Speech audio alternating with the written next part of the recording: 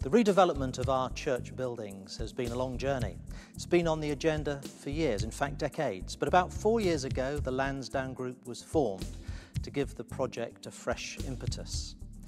And we had a presentation to the church back in the summer of 2012, Building for the Future, at which time we recognised that our old buildings, the building I'm in at the moment goes back to the 1860s, were no longer suitable for the activities of a modern-day church, and that we needed to do something about it.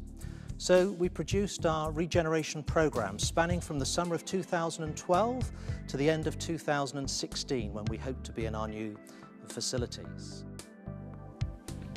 In around 60 days from now, we're going to hand this magnificent building and the slightly less glamorous one next door over to a demolition contractor. After stripping out all the insides, they will bring some very large diggers on site and flatten the place completely. Most of you will know that this is an in-house project, a bit of a DIY job. But don't worry, Keith knows precisely what he's doing.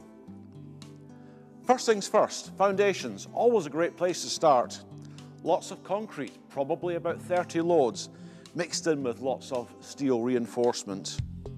Next up will be our steel structural frame, 120 tons of vertical and horizontal beams and columns. With the help of a very large crane, the shape of the new building will begin to emerge for all to see at a very early stage.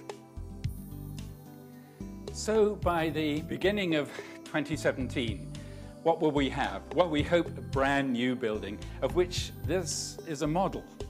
It demonstrates where the entrance is and the cafe area, the open space that we will have, a sports hall in this area, and underneath this open space, our main auditorium. There was a guiding principle from the beginning of our discussion of this building, and that was that it should be a building that is warm and friendly and open to our community. We want people who live here to treat this as part of their lives and to come through the doors, not only to hear the gospel of our Lord Jesus Christ, that's our primary aim, but also to be served by a community that loves Jesus. And you know, this could be the very last building put on this site before Jesus comes. And there we have it, a new home for Lansdowne Church within 18 months of the start.